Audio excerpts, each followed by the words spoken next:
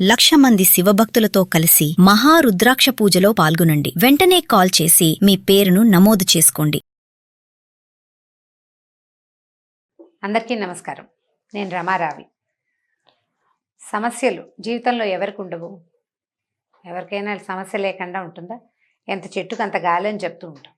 సాధారణంగా చెప్పేదే. మామూలు సమస్యలు వేరు, కొంచెం పెద్ద రకం సమస్యలు వేరు. పెద్ద రకం సమస్యలు ఏమిటో ముందు చూద్దాం, అప్పుడు మామూలు సమస్యల గురించి ఆలోచిద్దాం. వివాహం కాకపోవటం ఆడపిల్లలకి, తర్వాత ఆసక్తి లేని చోట పెళ్ళవటం, ఇష్టం లేని పెళ్ళవటం అన్నమాట.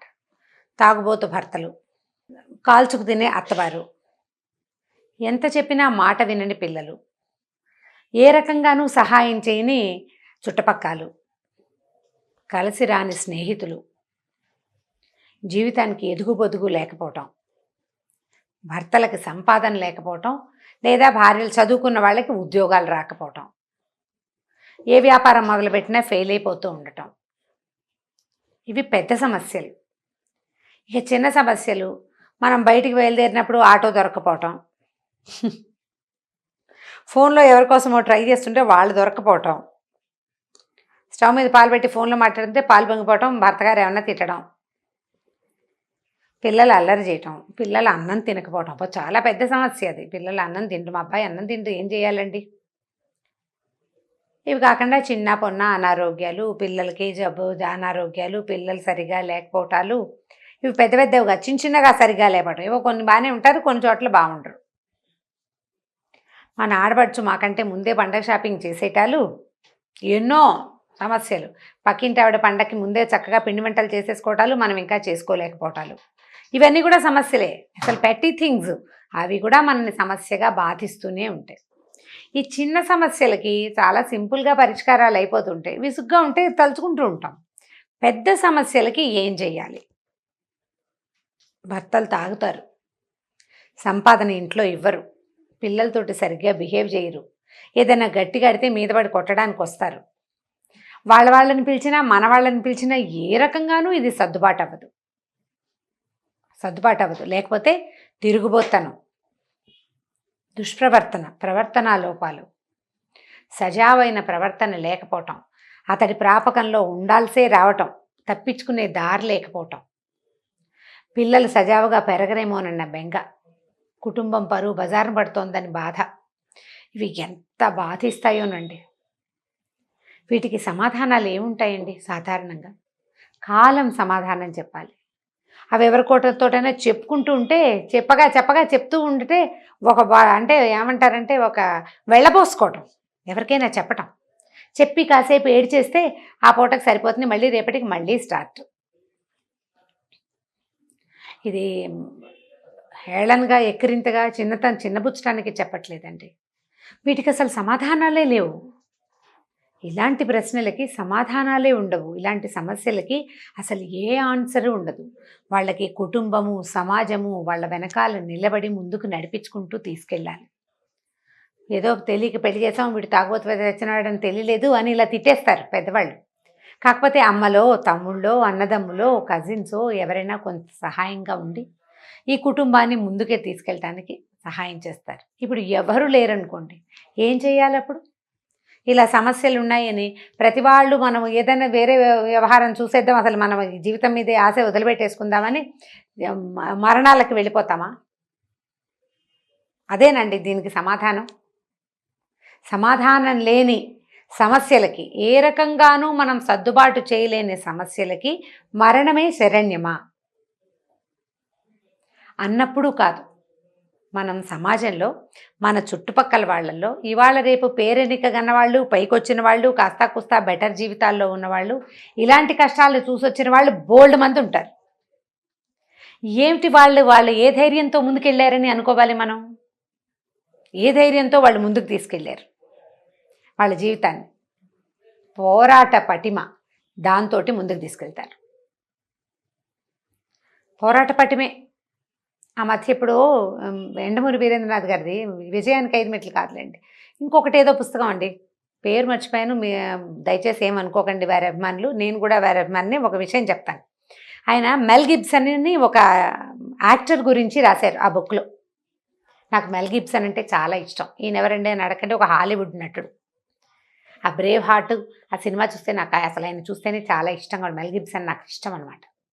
అయితే ఆయనట చిన్నప్పుడు చాలా పెద్ద అందంగా ఉండేవాడట. చాలా పెద్ద యాక్సిడెంట్ అయిందట. మొహం అడ్డదిడ్డంగా చిరిగిపోయిందట ఆయనది, చాలా అడ్డదిడ్డంగా. అయితే చనిపోయాడు అనుకున్నారు. హాస్పిటల్లో తెలుసుకున్నారు ఇతను బతికే ఉన్నాడని. మొహం అంతా వికృత రూపంగా అయిపోయి ఒట్టి మాంసపు ముద్దలా అయిపోయిందట. ఏదో యాక్సిడెంట్ అంటే ఎవరో కొట్టారు పాపం, బహుశా ఎవరో దాడి చేశారు అతని మీద చిన్న వయసులోనే. కానీ అతను సహజంగా బుద్ధిమంతుడు, చర్చిలో కూర్చునేవాడు, ధ్యానం చేసేవాడు, దానం చేసే గుణం ఉంది అతని దగ్గర, అంతే అతని లక్షణం అనమాట అది. కొంచెం సర్కస్లో చేరాలని అలా ఏవో సరదాలు కూడా ఉంటాయి. అంటే అతను కొంచెం పోరాట విద్యలు వాటి మీద ఆసక్తి ఉంటుంది బహుశా. అయితే ఈ యాక్సిడెంట్ తర్వాత అతను చూసిన నర్సు ఆయన మొహం చూసి తట్టుకోలేకపోయిందట. ఎంతమందిని రక్తం ఓడుతుండే వాళ్ళని చూస్తారు నర్సులు, ఆమె తట్టుకోలేకపోయిందట. అంత భయంకరమైన పరిస్థితి. అంత అందమైన పిల్లవాడి మొహంలో అతి వికృతమైన రూపంతో మిగిలాడట. కానీ బతికాడు, మళ్ళీ కోలుకున్నాడు, మొహం బాగుపడలేదు. కానీ చర్చికి వెళ్తూనే ఉండేవాడట. ఆ తర్వాత అతనికి అయిన పరిచయాలు, అతని జీవితం అతనికి ఎలాంటి అవకాశాన్ని ఇచ్చిందంటే, ఆ ప్లాస్టిక్ సర్జరీలు జరిగినాయి. ఆ తర్వాత ఆయన అత్యద్భుతమైన సినిమాలు తీశాడు. ఆయననే హీరోగా పెట్టి ముఖం లేనివాడు, మ్యాన్ విత్ నో ఫేస్, ఆ సినిమా పేరు అదేనని గుర్తు నాకు. అలా సినిమా తీశారు. ఆ తర్వాత ఆయన తీసిన సినిమాలు సూపర్ సినిమాలండి. ఆయన ఎంత హ్యాండ్సమ్గా కనిపిస్తాడో, చాలా పెద్దవాడు, పెద్దతనే, ఎంత చక్కగా కనిపిస్తాడో, ఎంత అత్యద్భుతమైన నటన, ఎంత ప్రదర్శించగలిగాడంటే అతనిలోని పోరాట పటిమే అతన్ని ఆ స్థితికి తీసుకెళ్ళింది. ప్రతి వాళ్ళు ఇలా చేయలేమండి, ఇంత చేయలేము, కానీ కొంత చేయొచ్చు కదా, కొంత చేయాలి. ఇడ్లీలమ్మి పిల్లల్ని పోషించుకుని ఒట్టిగా ఊళ్ళలో ఎంత ఖరీదండి పాత రోజుల్లో ఇడ్లీలు అమ్మే ముసలిమామ ఒక ఆవిడ, మా మామగారు వస్తుండేది మా ఊరు. పిల్లల్ని ఇంజనీర్లను చదివించింది ఆవిడ. రోజు ఇడ్లీలు మోసుకొచ్చేది. భర్త సహాయం లేదు, చిన్నతనంలోనే ఉన్నాడో వెళ్ళిపోయాడో పాపం. కానీ ఆమెలో ఉన్న పోరాట పటిమ ఆ పిల్లల గెలుపుకి కారణమైంది, ఆమె గెలుపుకి కారణమైంది. మనం ఇవాళ వాళ్ళ పేరు ఒకళ్ళు తలుచుకుంటున్నారంటే వాళ్ళు సాధించారని అర్థం. సమాధానాలు లేని సమస్యలు చాలా ఉంటాయి. దానికి మనం సమాధానంగా నిలవటం ఎట్లా అనేది ఆలోచించాలి, పోరాడాలి, దానికోసం ఓపికగా భరించాలి, మన పరిస్థితులు బాగుపడేదాకా వెయిట్ చేయాలి. వీళ్ళతోటి కాదు, మన కంపానియన్ తోటి అవ్వకపోవచ్చు, సంతానంతో కావచ్చు, పిల్లలతోటి కావచ్చు, అప్పుడప్పుడు మన వల్ల కూడా కావచ్చు. మనం ట్రై చేయాలి. పోరాట పటిమతో సాధించలేనిది ఏదీ లేదు. ఝాన్సీ లక్ష్మీబాయి ఆవిడ కథ చదువుతుంటే రక్తం పరిగెడుతుంది, శరీరం రోమాంచం అవుతుంది. సొంత సంతానం కూడా లేకుండా రాజ్యాన్ని కాపాడాలని ఒక స్త్రీ చేసిన ప్రయత్నం ఆమెను ఇప్పటికీ చరిత్రలో నిలబెట్టింది. అంత చరిత్రకెక్కపోతే మన సొంత చరిత్రలు మనం రాసుకోవాలి కదా, మన పిల్లలకి మనం ఆదర్శంగా నిలబడాలి కదా. మన జీవితాన్ని మనం నుంచోబెట్టుకోవాలి. భగవంతుడు ఇచ్చిన జీవితాన్ని మధ్యలో ఎండ్ చేసే హక్కు ఎవరికీ లేదు, ఆడ మగ ఎవరికీ లేదండి. ఏదో ఒకటి జరగలేదనో, ఏదైనా కొన్ని పరిస్థితులు అనుకూలంగా లేవనో, కొంతమంది అయితే మరి అబ్బాయి ఒప్పుకోలేదని, భర్త కాదన్నాడని, పుట్టింటికి పంపలేదని, ఇలా పిచ్చి పిచ్చి కారణాలతో కూడా జీవితాన్ని ఎండ్ చేసుకుంటారు. అదే నా సమాధానం. నుంచోడం రాదు నీకు? వెన్నెముక లేదా స్త్రీలకి? లేదండి. భగవంతుడు మనకి వెన్నెముక పెట్టాడు కదా, దాని బలం మీద మనం ఎందుకు నుంచోం? దాన్ని ఎందుకు నిలబెట్టాం? మనని చూసి మరో నలుగురు నిలబడతారు. చిన్న చిన్న పల్లెటూళ్ళల్లో చిన్న గ్రూపులుగా తయారయ్యి వాళ్ళకి చేతికి వచ్చిన చిన్న చిన్న పనులు చేసుకుంటూ కూడా బిజినెస్ చేస్తున్నారు ఆడవాళ్ళు. ఏ సాధనాలు లేవు, ఏ ఎలక్ట్రానిక్ గూడ్స్ లేవు, ఏ కరెంటు సాధనాలు లేవు. చచ్చి చెడి 3 రాళ్ళు పెట్టి పొయ్యి పెట్టి అన్నం వండుకుని తీరాల్సిందే వాళ్ళు. అయినా కూడా పోరాట పటిమ చూపిస్తున్నారు. చదువుకున్న వాళ్ళం కూడా పోరాట పటిమ చూపించలేమా? కంపెనీను సరైన వాడు కాకపోతే ఇక అంతేనండి మన జీవితం. పెళ్ళే చేసుకోవాలా అని ఈ మధ్య ఎవరో ఒక అమ్మాయి అడిగింది. పెళ్లి చేసుకోవాలి, ఏ వయసుకు పెళ్లి చేసుకోవాలని ఒక వీడియో చేశాం కదా, ఏవో చేస్తుంటాం రకరకాలు.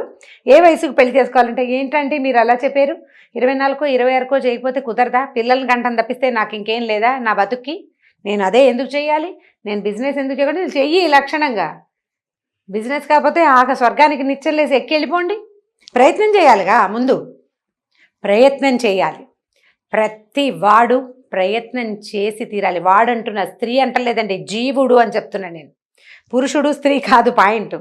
మనిషై పుట్టింది ఆడ కానీ మగ కానీ తమ పరిస్థితులకి లోబడి లొంగిపోయి వంగిపోవద్దు. భగవంతుడు నిటారైన వెన్నెముకనిచ్చాడు మనకి, మనుషులకి అడ్డంగా లేదు. భూమికి హారిజంటల్గా లేం, మనం పైకే ఉన్నాం. ఈ పైకి ఇచ్చిన వెన్నెముక ఏంటంటే బోర విరుచుకుని నిలబడడానికి, దానికోసం ట్రై చేయడానికి.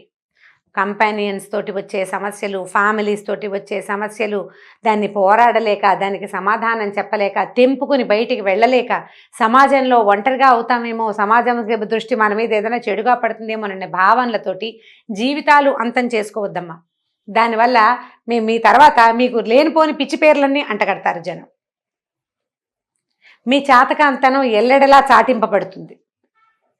చేతకాని వాళ్ళుగా మిగలద్దు, చేతైన వాళ్ళుగా ధీటుగా చూపించండి.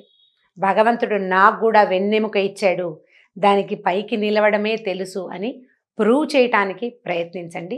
మంచి పోరాట ప్రదర్శించే తల్లుల తాలూకు పిల్లలు చాలా గొప్ప అచీవర్స్ అవుతారు. పిల్లలు లేరు మనకి, మనమే ఉన్నాం. మనని అనుసరించే వాళ్ళు కూడా మనతో ధీటుగా తయారవుతారు. మన పేరు ఎప్పటికీ నిలబడుతుంది. నిలబెట్టుకునేందుకు ప్రయత్నం చేయండి. పడిపోవటానికి, పారిపోవటానికి, తప్పించుకోవడానికి ప్రయత్నం చేయొద్దు. పరిస్థితులు రకరకాలు ఉంటాయి. పెట్టి సమస్యల కోసం ఇలాంటి ప్రయత్నాలు చేయకండి. పెద్ద పెద్ద సమస్యలు తప్పకుండా వాటిని ఎదిరించి నిలబడండి. ఈ వీడియో కనుక మీకు నచ్చినట్లయితే లైక్ చేయండి, షేర్ చేయండి. మరిన్ని వీడియోస్ కోసం మా ఛానల్ని సబ్స్క్రైబ్ చేసుకోండి.